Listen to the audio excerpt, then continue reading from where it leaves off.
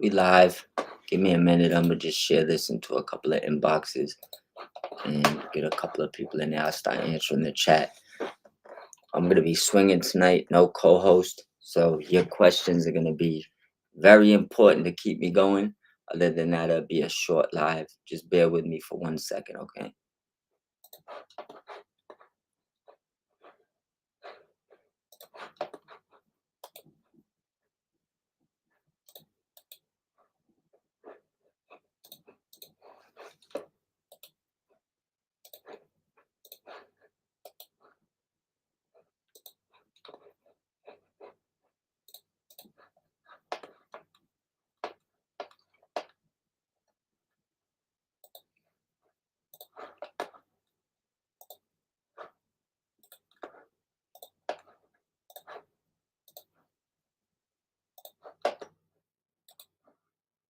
As soon as I share this to the inboxes, I'll be looking at the questions and we'll go from there.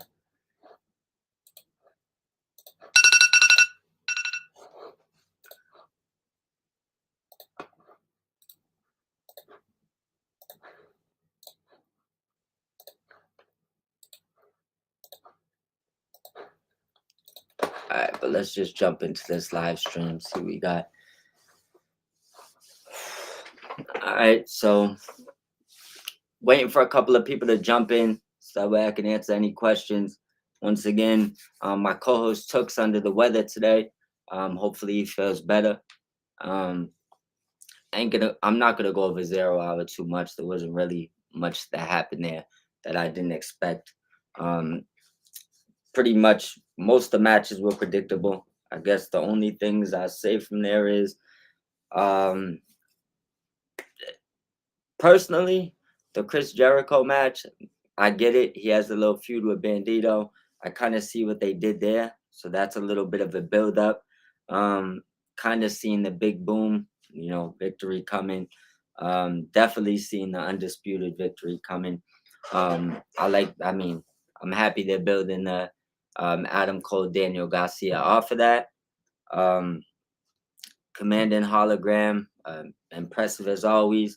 And I mean, one thing I like to say, the producer, I'm not sure, I'm not gonna botch his name, but for the Queen of the Ring, I mean, his promo game is uh, pretty amazing. He cut a mean promo out there tonight. That's pretty much all I'm gonna say about 0 hour. And well, I mean, we'll get off of that. I don't think there was, like I said, too much on that part of it that we didn't, kind of see coming. As far as onto the matches, first match we got Hangman and MJF. I mean, we knew they was gonna put on a show. I mean, that was kind of expected. Um, Hangman pulling off the victory surprised me a little bit. I honestly I didn't see that coming. But I will say, great match. I'm not gonna give stars or anything. I don't really do that. Momo versus Mercedes, probably one of the more predictable matches. Mercedes always puts on an amazing show. Momo killed it to the best of her abilities, and I would say, kind of did her best to make us believe she could win that match, even though we kind of knew Mercedes was leaving with the belt. I'm not going to touch too much more on that. Rico and Swerve, great match. Kind of don't understand what they was doing with Nana when he with his runouts, and I don't know, his interferences was just a little awkward to me. I do like the outcome. I did, for some reason I thought Ricochet was gonna win it. But shout out to Swerve, still a pretty good match. Any of these matches that I'm breezing by, because like I said, I got no co-host tonight, so I'm kind of gonna skim through them and just highlight certain things. Send in your questions because that's really what's gonna keep me on here tonight. Other than that, it'll probably just be a 20-25 minute live. And I got my Rams jersey on today. I know you see the number one. This is the Miz jersey my daughter made for me. This isn't the Allen Robinson. I got it on today. Just to support the Devontae Adams coming to the Rams house. I'm a Rams fan. So shout out to Les Snead and the work he does. But back to the wrestling. Um, I would say let's pull this up. The one thing. Bear with me for 1 second here. Sorry about that. I got a text that I had to look at. Um, but the one thing I would say about that match is, um, they put on a show which we knew they was gonna put on. I want to kind of see where they go from here if they end it, because I do think there's things going on with Prince Nana that kind of, I just was a little confused with a few things going on in that match tonight. You guys can let me know what you think about that. Um, then we got Brody and Okada. I mean, amazing match. Another one of the more predictable matches. Okada got the win. Not too much to say about the match. I mean, real good match, but we know AEW does that. They had a little bit of a story built into that. We'll see where they go from there. The Outrunners. This is one of the matches I have a little bit more to say about.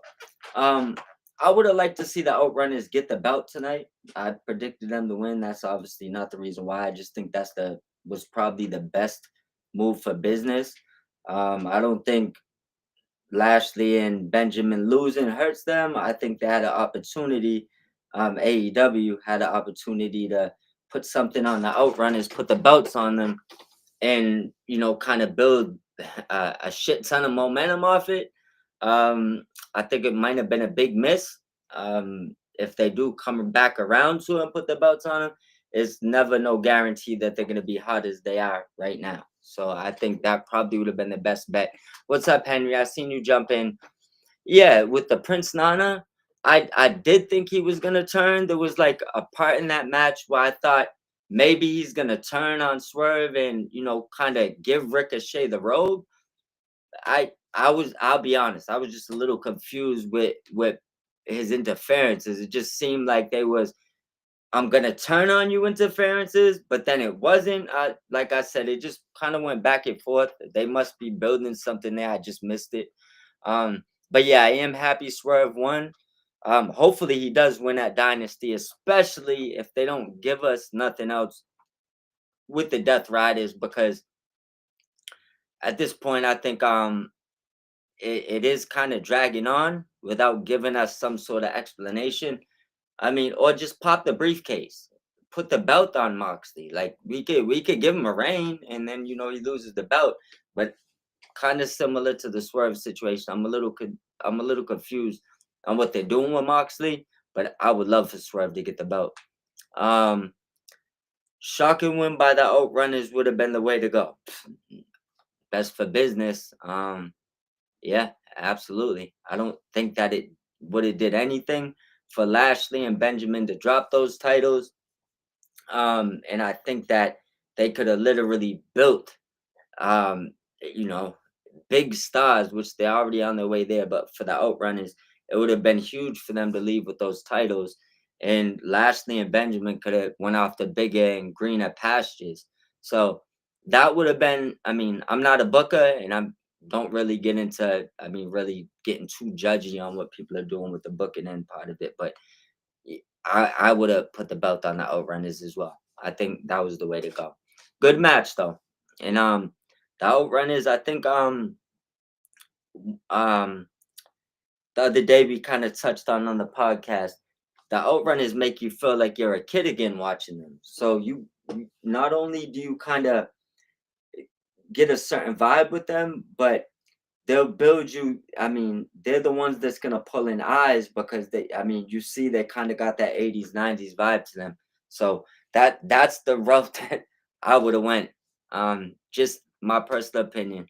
Hopefully they stay hot, and I mean they get the belts eventually. But I think tonight probably was the night to give them the titles. In my opinion. I see you active right now, Henry. We're at the Mariah and Tony cinema movie trilogy.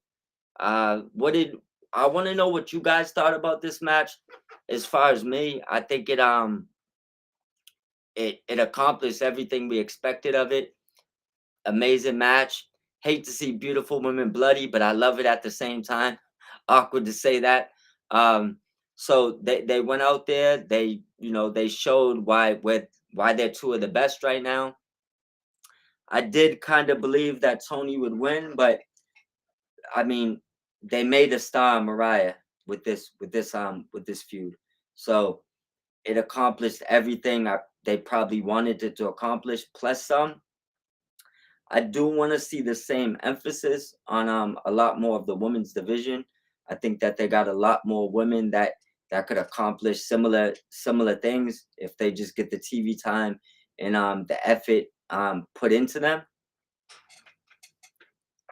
Yeah, it was. I mean, it was a pretty brutal match. There was a couple of spots in that where I thought people got. I mean, I thought one of them got hurt. So I mean, it's a must watch. Contender of match of the night for sure. Think it'd probably be in my top three of the night.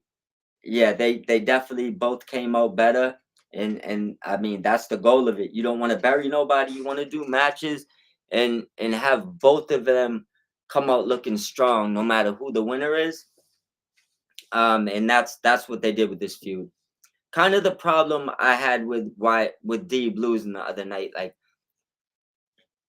we knew Momo was gonna win, so I don't know if that necessarily kept Deeb strong. But you want to book, especially the women's division that is on the. I mean, they got a crazy roster. You want it to be on the uptick. Keep them all strong. The ones that shouldn't be losing. The one that lose in the benefit of their character. I mean, you know how it go. If you lose and still come out looking better, that's a win-win. Um, Off of that match, there is. Let's see if there's any things. Um, like I said, I avoid the stars and stuff like that, so we'll get off of that. But that definitely four or above if I was doing that. I'm sure y'all see it gets four or above. We got Kenny versus Takeshita. Um, I mean, I don't know if I could say anything that we didn't already know about this match. Two of the best wrestlers in the world. Um, they protected Takeshita with the roll up. Yeah, you don't have to go over to go over. You're absolutely right. Sometimes you go over even when you lose. That's a big fact. That's a great part about wrestling. So a lot of it is in the booking and what you do with them. I mean, if you book people right, losing literally doesn't matter at all. You know, it's a TV show with implicated and storylines intertwined everywhere in it. So it's all really this is where it's about the storyline and yeah, this is where the storyline is implemented in wrestling because if you have great wrestlers that put on great matches every week, but they just lose every week, they're not gonna go over.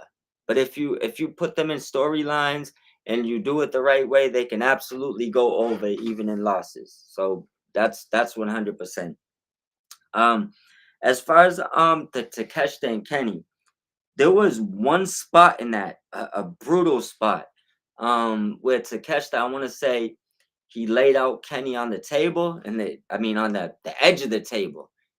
I mean it looked bad. Kenny must be healthy to be to be taking that stuff again. So that's good to see. Um they also protected Keshta, like you said, going over even when you don't go over, even though he lost the title, roll up, they still got a story they could put together there. I don't think that Kenny and Takeshita seen the last of each other. I guess we'll see if Kenny and Okada go off to try to unify the titles, and go from there. See how they implement Takeshita. But there's no way that that story ends on a roll up, in my opinion.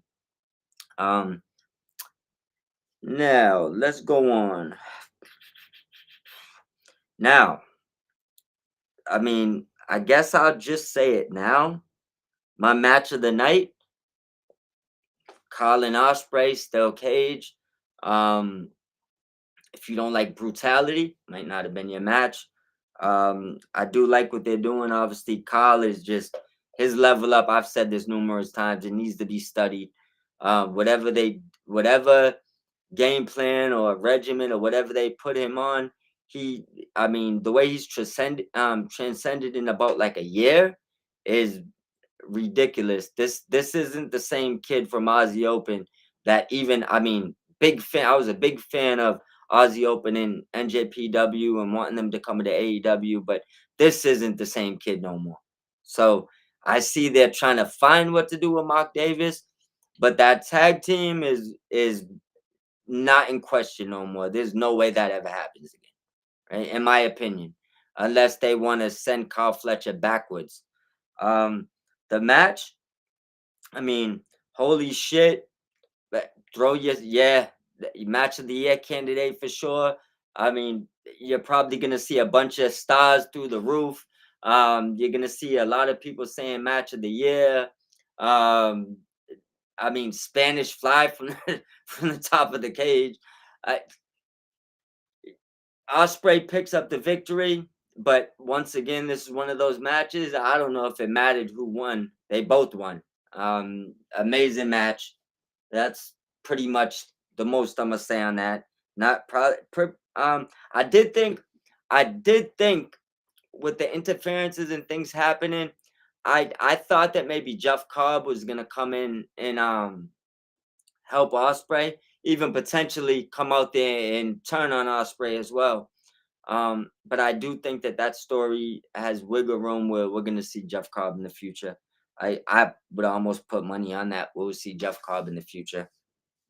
Um, Now, as far as the main event, make sure I didn't miss anything. No, no. Well, as far as the main event, I could imagine I mean, there's a lot of reasons why I seen a lot of negativity immediately following this match. Up until the actual ending to the match, I was into it fully. Um, I would have liked to see Christian get the pin with his hand when he reached over, and he got the 2 count, and then Mox pulled him off. That would have probably been my way to go. I do like the fact that they switched it up, and he tried to cash in before the end of the match and make it a triple threat.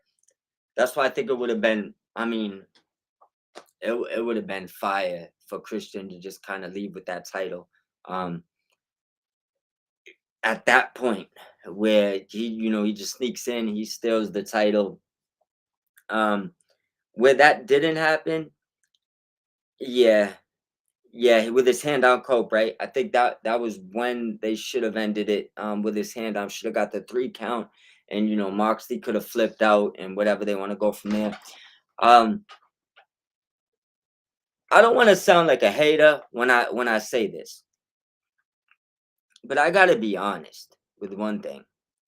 I don't want to see Willa Yuta nowhere near the heavyweight picture. I don't want him interfering in the title match. I don't need like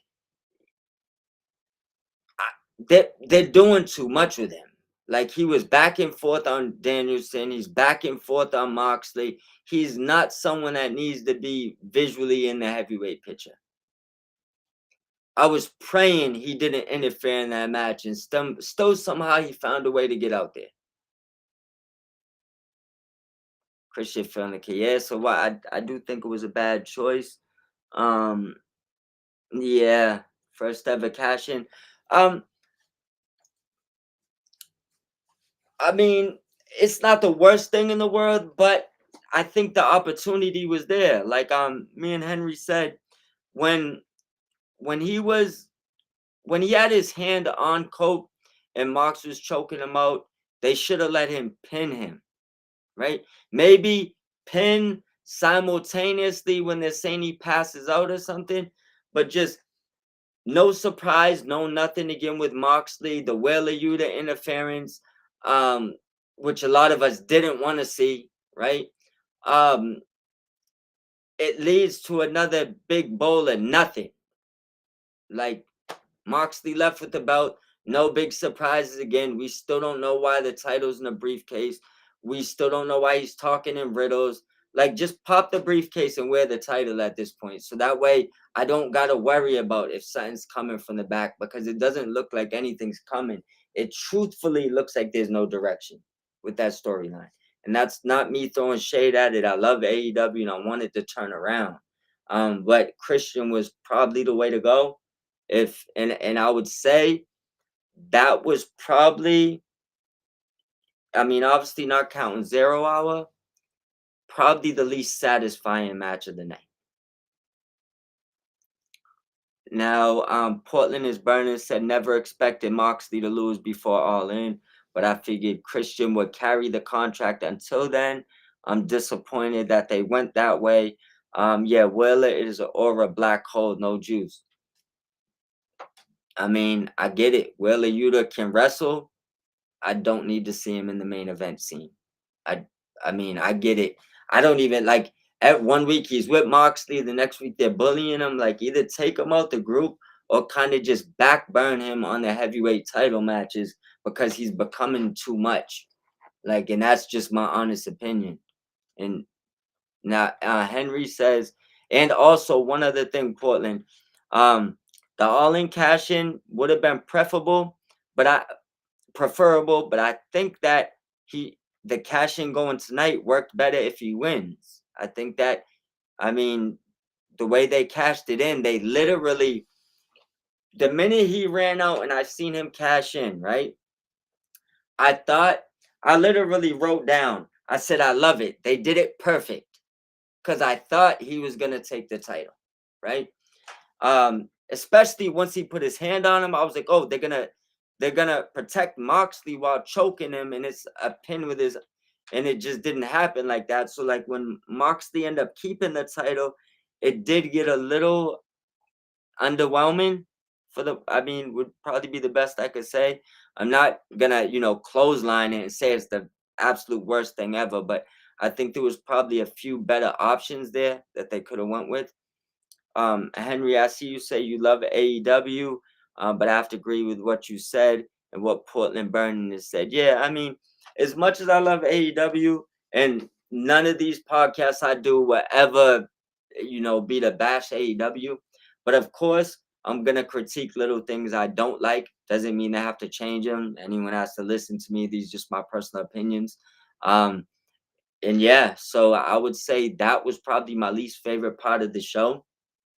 All in out, I would say out of a 10, I mean, I gave it an 8. It's not like I'm saying it's a bad show. I think it was a hell of a show. I think it was amazing. I love the celebrity aspect, that the celebrity thing going. They had a good vibe to the show. Think the crowd could have been at some points a little bit more into it, but that has nothing to do with AEW. That has to do with the crowd's energy. Um, but yeah, 8 out of 10, in my opinion.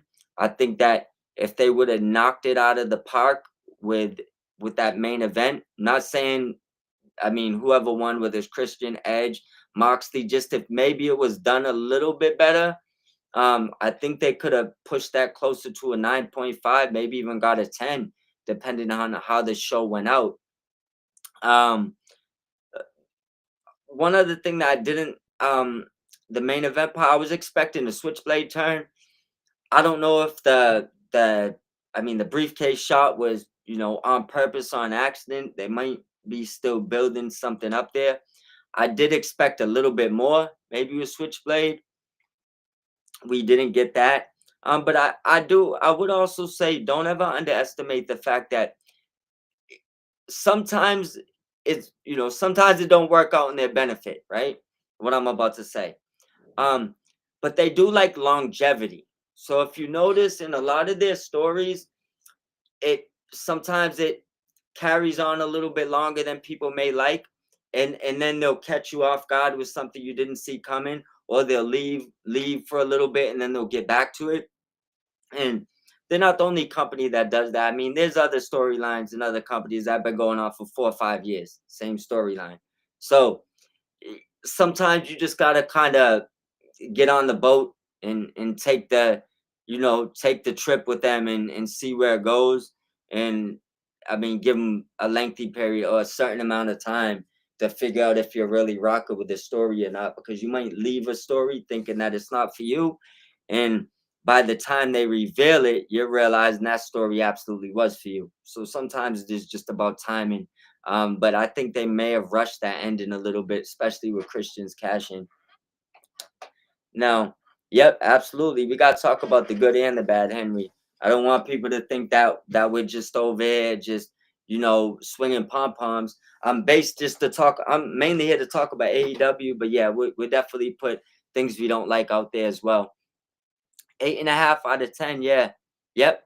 I think the main event is what brought it down to an 8.5 as well. Pretty. I mean, overall, real good show, but you gotta hit in that main event a little bit harder than that.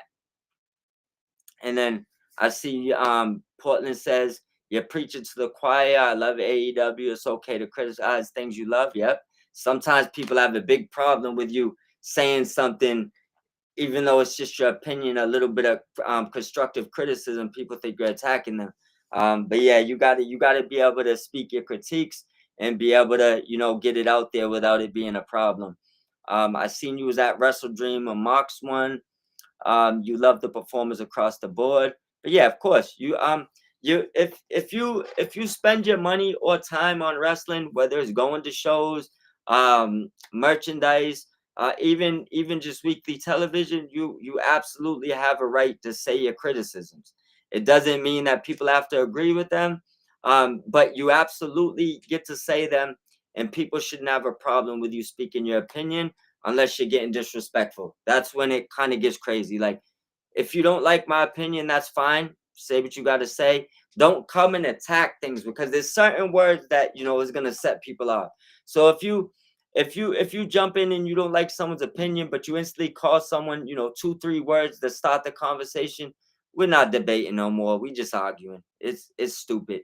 But anytime you see me on there, say your criticisms, even the stuff I'm saying, you don't agree with what I'm saying, feel free to say it. I'm not gonna shun anybody for their opinions on here. And the last thing, Portland, I seen you drop.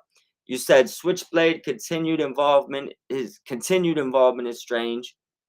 Um, Obviously he already murked Whaler. You don't know what else there is to do for him in the do with the Death Riders. Face to face feud with Cope seems unlikely. Yeah, that's kind of what I was getting at too with Switchblade, because his interview gave you the impression that he was definitely turning on Cope.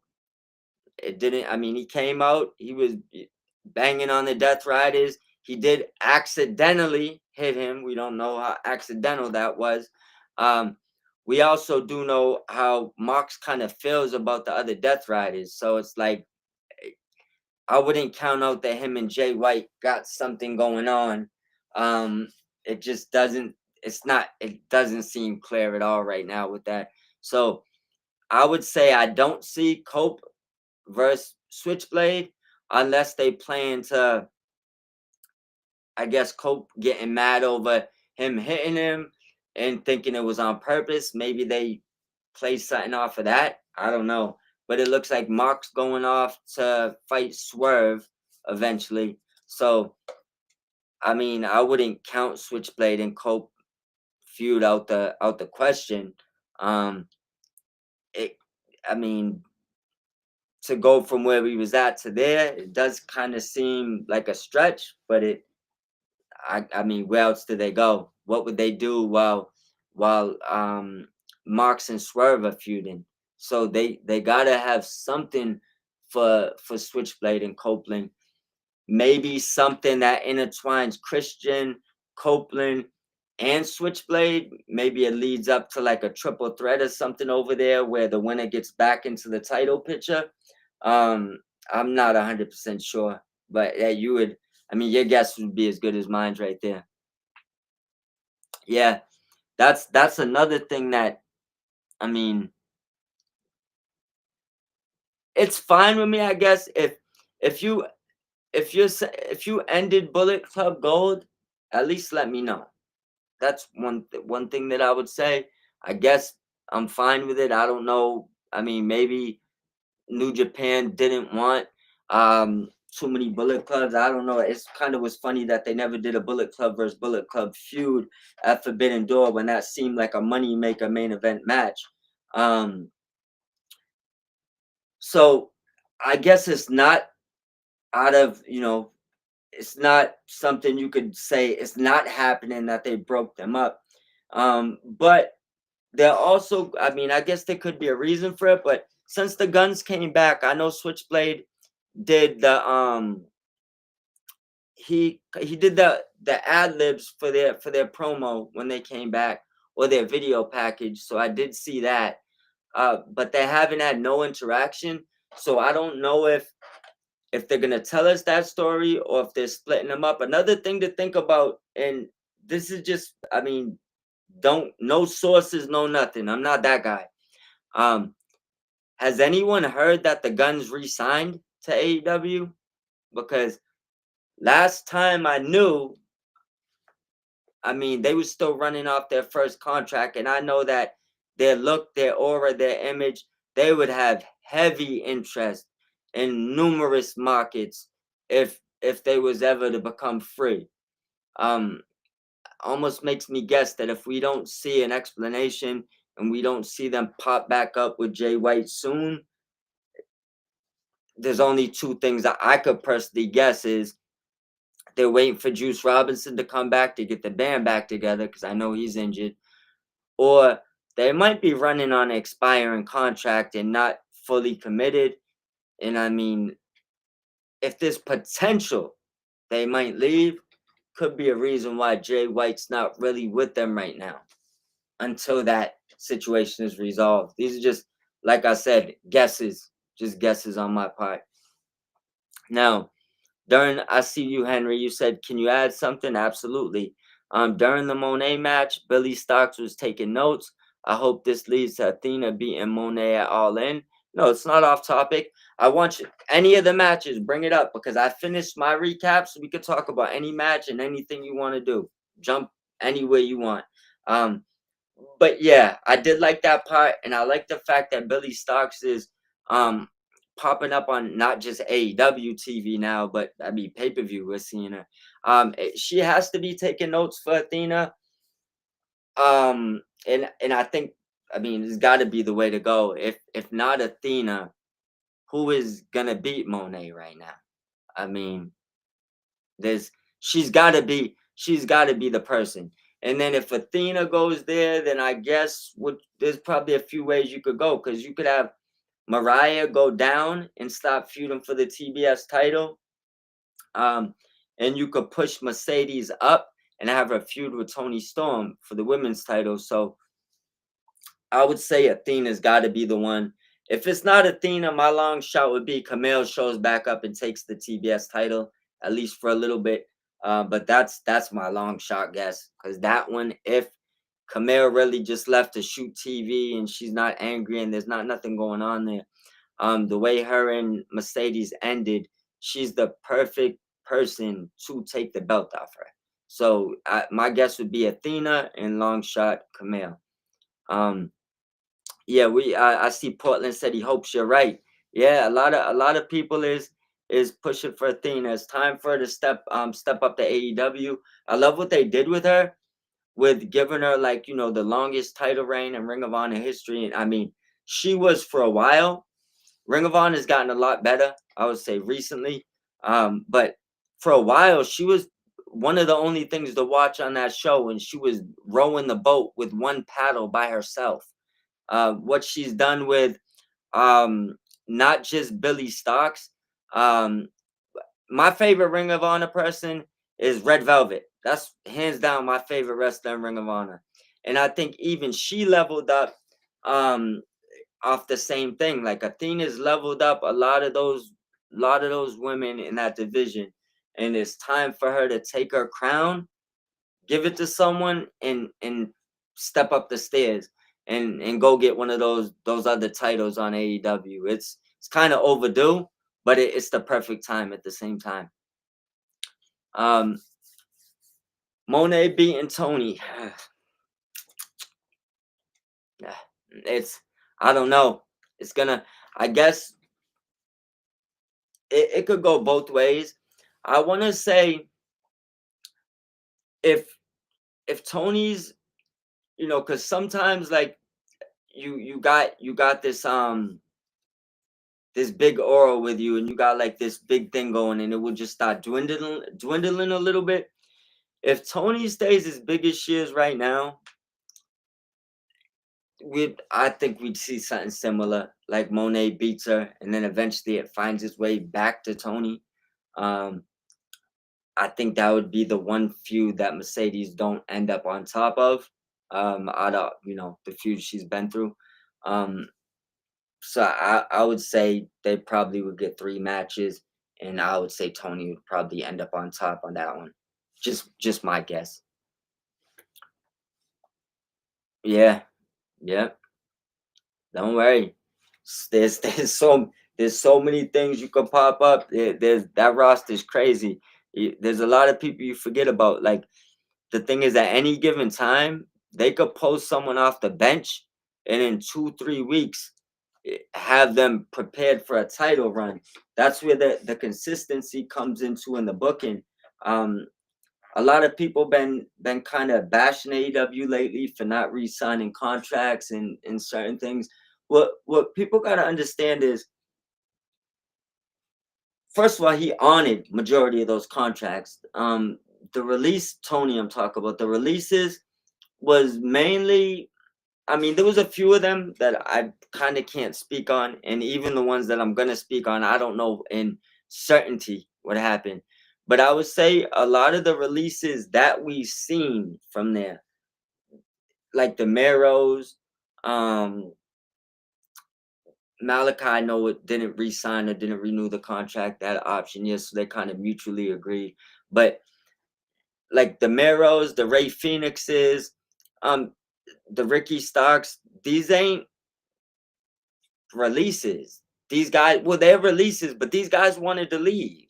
And I mean, it's if a guy wants to leave, and don't get me wrong, I'm happy where they popped up. I want them to do great. I'm gonna be a Ricky Starks fan, and I don't lose fandom because someone leaves a wrestling promotion. It's just silly to me when people do that. But those releases are a little bit different from when you just come to somebody and say, "Hey, um, I'm getting rid of your check and throwing you out to the curb. You got to find another job." It's not the same. Like when someone wants to be out, like I get why he held a couple of those contracts a little bit, but I also fully agree and support why he let these guys go. You don't need to hold on to people that's not gonna make your business better, especially when it's costing you money. And I don't mean that they wouldn't make the business better by wrestling. These are amazing talents, but if you're not using them and you can't get on the same page, the logic just kind of isn't there. It's better to let them go, find greener pastures as you do the same. Spend that money on, I mean, Mike Bailey, or um, they have more money to spend on other things. So that would be my take on that. Do you guys have any more questions before we sign out? Before I sign out, sorry, I'm used to having a co-host.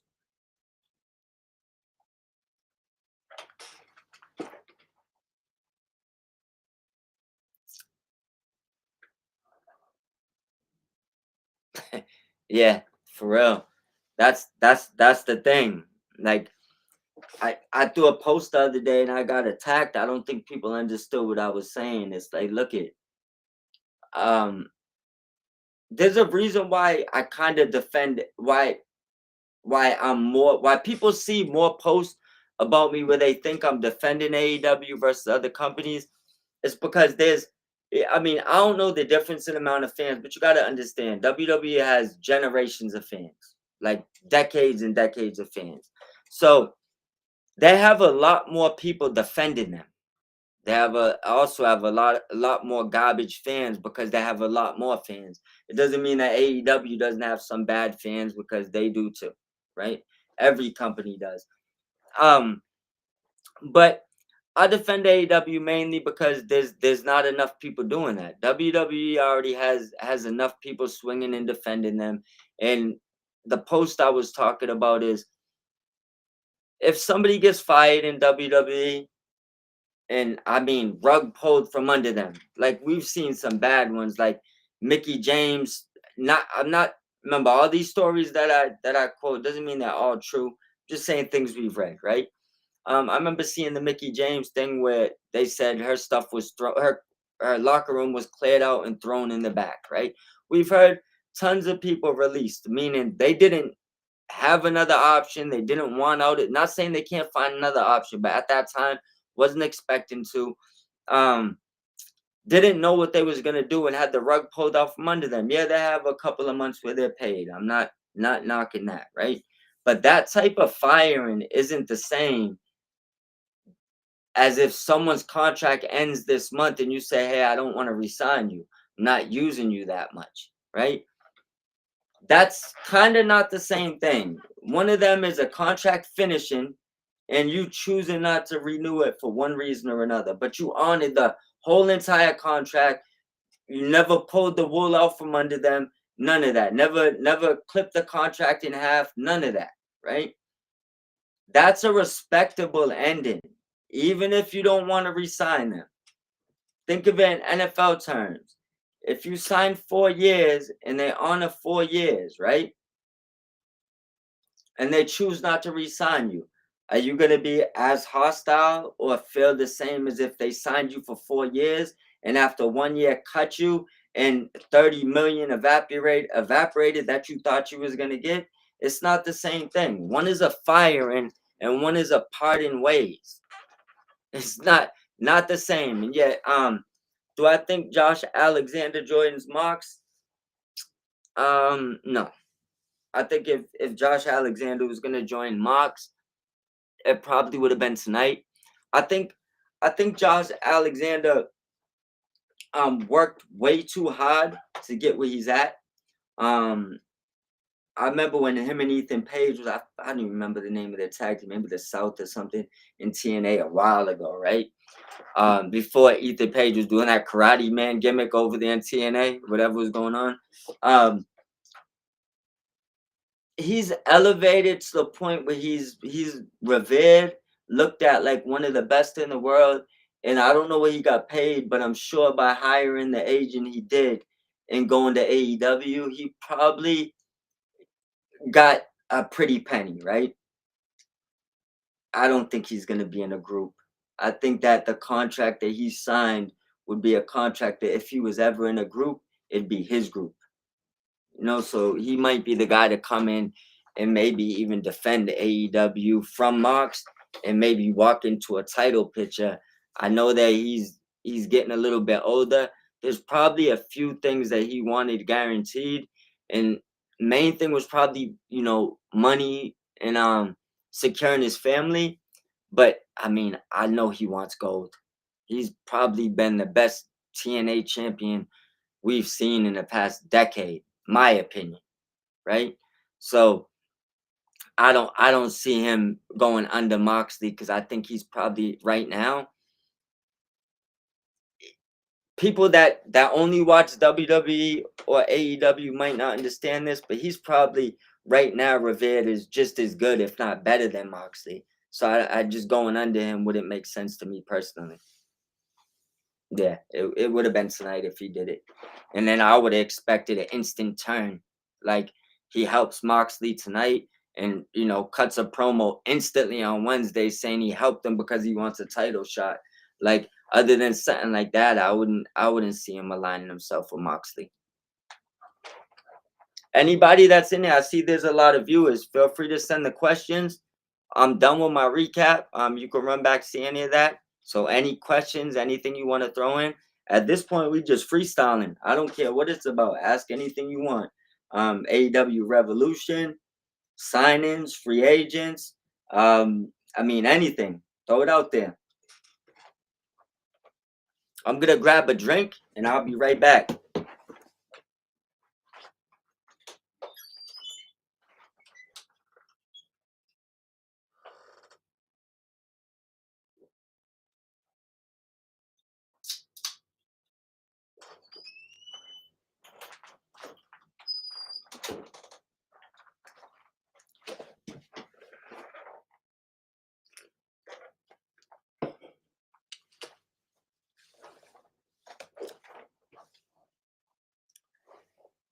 Who wins that dynasty? Swerve or Mox? Swerve's my favorite wrestler, so my heart, I want to say Swerve. Um, I it sucks, but I'm gonna say the same thing. Why I picked um Mox to win tonight. I believe they have a story. I can't explain because I'm not in the booking. I'm not in the meetings. I don't talk to any of these guys on the phone. Right? I can't explain why it's taking long to get to what we supposed to get in this story. But until we get there, I don't think Mox is losing this title. I honestly don't believe that Tony Khan or any of their creative are too worried about what we say about this story, and they shouldn't be. So if they have a game plan that says they want this story to end at All In, they'll drag it as long as they want.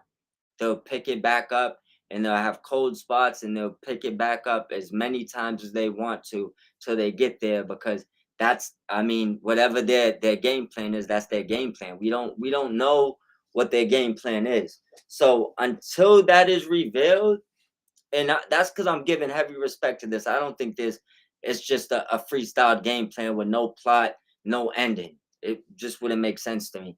So I'm not expecting Swerve to win. I'm expecting Ricochet to cost Swerve that match the same way that I was expecting Swerve to cost Ricochet the match if he won. Um, I think Ricochet and Swerve is going to be feuding for a bit longer.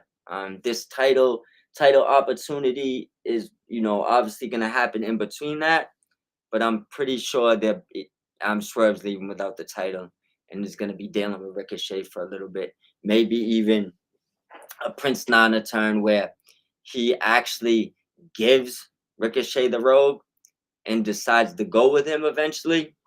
But I'm thinking that the awkwardness in that match, there's something that got to be played out there, and that would be my guess that Mox leaves with the belt. Oh yeah, I know. Yeah, for real, absolutely. You know what I'm saying? Pepsi Phil's still that guy, man.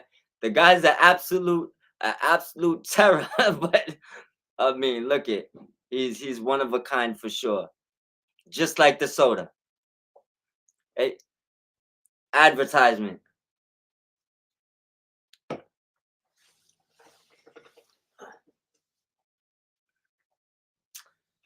Does BD have a match? Henry said, does Brian Danielson have a match at All In?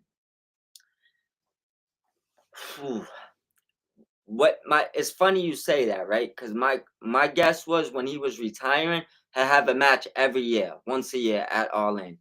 Um, I don't know about his health though. I know he has some things going on. So if if Brian Danielson is healthy and cleared to wrestle, yes, I think he has a match probably. I mean, 3 years in a row at All In, and those are probably his WrestleManias and the one time a year he's gonna wrestle. Right? So that'd be my guess. If he's not healthy, no. We might, who knows, we might see him one more match total at an All In maybe in the next 5 years. Because I know he did have a couple of scares, I think, with his neck or something going on again. And then that's not even counting the concussions with him. So if he's not healthy, I honestly don't want to see him get back in the ring. I don't want to see him do anything that damages or compromises his, his longevity of just living well. But if he is healthy, I'd like to see him jump in a couple of times, and All In would preferably be the spot. And now Portland is asking, it's not ending before he said it's not ending before All In. This is Moxley's personal vision, and the story is always needed to end at All In with Moxley falling to an AEW original, probably Darby. I think that they gave Darby extra time this time. I know it's probably because I mean I don't know how the kid's ever healthy. He's a he's a goddamn maniac, right? Um, but I think that if he climbs Mount Everest and puts an AEW flag on the top of that fucking mountain, pot in my language, just hand him the belt when he comes back.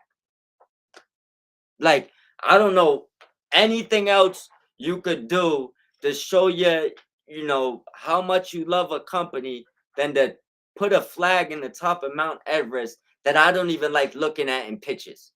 Like, so yeah, I mean, if Dobby is back by then, and and everything lines up and everything, they already kind of planted the seed and then had him disappear. I mean, he could show back up looking like, he just came off the mountain and go with the title. So absolutely, I think he could be definitely one of the guys to do it. And then Portland said, I think Brian is probably one of the several people that runs out to help Dobby fend off other Death Riders so Dobby can win the big one. No match until later this year. Yeah, I would say something like that too. I mean, even if Brian Danielson never wrestles again, which I mean, God forbid, right? Because I definitely want to see more. There's a few more matches I really, really want to see of him. I'll touch on that another video. But regardless, we'll see him in AEW again. I know that. I mean, whether it's just pop ups or he takes like, I don't want to see him in a general manager role personally. I mean, but I'm sure we'll see Brian Danielson again. He can't stay away from wrestling for too long. Also, follow me on all social medias, Twitch, Kick, Twitter, YouTube, at Mob Squad 508. I think Twitch is the only one that's different. I think it might be at Hoodstar Spades 82. So it's HOODSTARSPADES 82. That's my Twitch. All the rest is at Mob Squad 508. Anybody, if you want me to shout out any of your pages, I'll do a few shout outs. I probably got about another 10 minutes before I jump on or jump off, excuse me.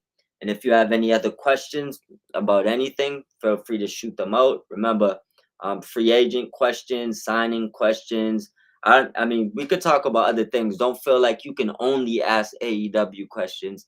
I'll shoot other questions out there as well. I watch every company. It's not just AEW. But once again, I'm basing my podcast on AEW because I feel like there's just too many grifters that are out there that just do content to bash AEW because they know that's kind of like the popular thing to do. Or you make the thumbnail that says AEW's dying. And even if you're not talking about them dying, it kind of gets you the click. And I do get all that, but I promise you, you ain't gonna never get none of that from me. I'm here to just keep it real for better or worse. No clickbait, no bullshit, none of that garbage stuff. And I ain't saying no names and not pointing out nobody specific, so nobody takes that personal. Just talking in general. Visual Lee said he said he'd be at All In. Who knows what he'll do? He didn't say so, or he didn't say. Yeah, I believe. Brian is probably one of the several people that runs out. We said that. You said that he said he'll be at All In. Yeah. I'm not sure if I remember when he said that he'll be back soon. I could be getting my timelines a little bit mixed up, but I know that there was like maybe like a time after that last match where he said he didn't realize the extent of his injury, and I didn't really follow up too much on it personally and didn't see much more about it. So I mean, like I said, it just kind of comes down to his health, but I do think that he'll be there. As far as what he does, that's, I mean, kind of another question. And Portland said that he feels like his return match will be a 1v1 with Wheeler, and he'll probably put Wheeler over. Please no. Like, just please no. I mean, like, I I don't, like I said, there's a small, there's a reason why I say what I say, and it's not to knock Wheeler Yuta. Like, Wheeler Yuta's an amazing wrestler, and they've done a lot with him, and they've tried a bunch of different things with him to kind of, but it's to the point where I feel like they're pushing him on you sometimes, right? Um, Wheeler Yuta, I just go out there and say it. I don't think it works with the Death Riders. I just don't think that he works with them. Like, if you would have took him out of the group, and like really give him time to build up without, kind of forcing him on us. Like if, and I'm not saying send him down to Ring of Honor at all right now because it's too late, right? But what I am gonna say, just reverse for a second, right? If you would have took him a while ago and separated him out that equation and had him go on a tear in Ring of Honor and gave him the Ring of Honor heavyweight title and really built him up the proper way, I see he's getting bigger. He's got the beard, like he got a better look now. He got better gear. I just don't think that he's around superstars. We're talking about Moxley, Claudio, Pac. It works with Marina, the way they're building him up. Willa Yuta, it's kind of ran his course in that group. That's just my personal opinion. Like I think he's he's a baby face. I don't know if the